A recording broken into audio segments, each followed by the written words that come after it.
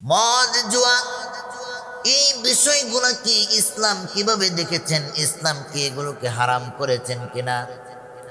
প্রিয় মুসলমান ভাইরা আমার, কেউ কেউ বলে শরীয়তে হারাম করেছেন, কিন্তু না না, কোরআনের মধ্যে আল্লাহ রাব্বুল আলামিন হারাম ঘোষণা দিয়েছেন। কোরআনের মধ্যে আল্লাহ ঘোষণা দিয়ে বলেন, ইয়া আইয়ুহাল্লাযীনা আমানু ইন্নামাল খামরু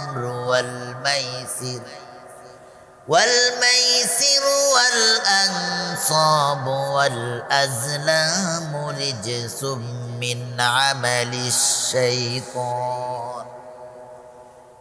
আল্লাহ রাব্বুল আলামিন বলেন, মদকে আমি হারাম করেছি, জুয়াকে আমি হারাম করে দিয়েছি। হ্যাঁ ইমানদারগণ, তারপরেও যদি তোমরা মদ পান করো, জুয়া খেলতে শুরু করে দাও, তাহলে তোমরা শুনে রাখো আমার আযাব বড় কঠিন। প্রিয় মুসলমান ভাইরা আমার, লক্ষ্য করে দেখুন আজকে সমাজ কোন পর্যায়ে দাঁড়িয়েছে। এই মদ জুয়ার জন্য কত হাজার হাজার ফ্যামিলি ধ্বংস হয়ে যাচ্ছে। বিশেষ করে আমি একটি ঘটনা আপনাদের সামনে আজকে উপস্থাপন করতে যাচ্ছি। কিছুদিন আগের একটি ঘটনা, কয়েকদিন আগের একটি ঘটনা।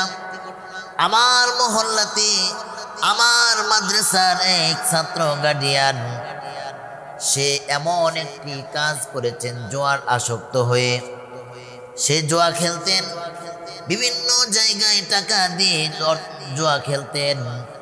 তো হঠাৎ করে একদিন জুয়া খেলার জন্য আগ্রহ হয়েছে, তার মন চাইতেছে জুয়া খেলবে।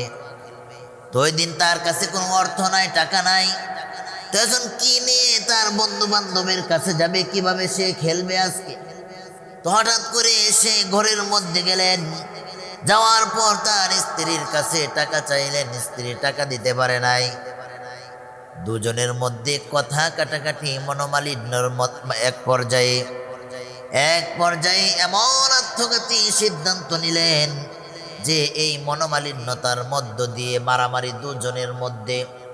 হঠাৎ করে এমনভাবে মার শুরু করে দিলেন যে মারতে মারতে তার স্ত্রীকে জীবনের জন্য শেষ করে দিলে।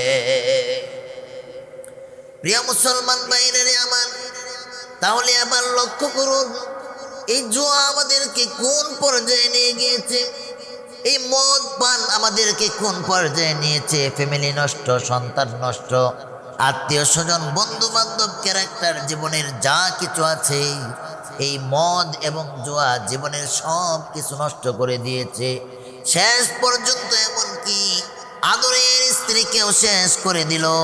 শেষ করে নাই, আদরের স্ত্রীকে মারার পর ওই স্ত্রীকে তার লাশ কি করবে, কোথায় রাখবে, কি দাফন করবে কিনা, শয়তান কিভাবে তাকে বুদ্ধি দিল, যেমন বুদ্ধি তার মাথার মধ্যে ঢুকিয়ে দিলেন, যে শয়তান তাকে এমনভাবে দুঃখা দিলেন যে ওই লাশকে বস্তার মধ্যে ভরে সে নদীতে নিক্ষেপ করার জন্য নিয়ে রওনা হয়েছে।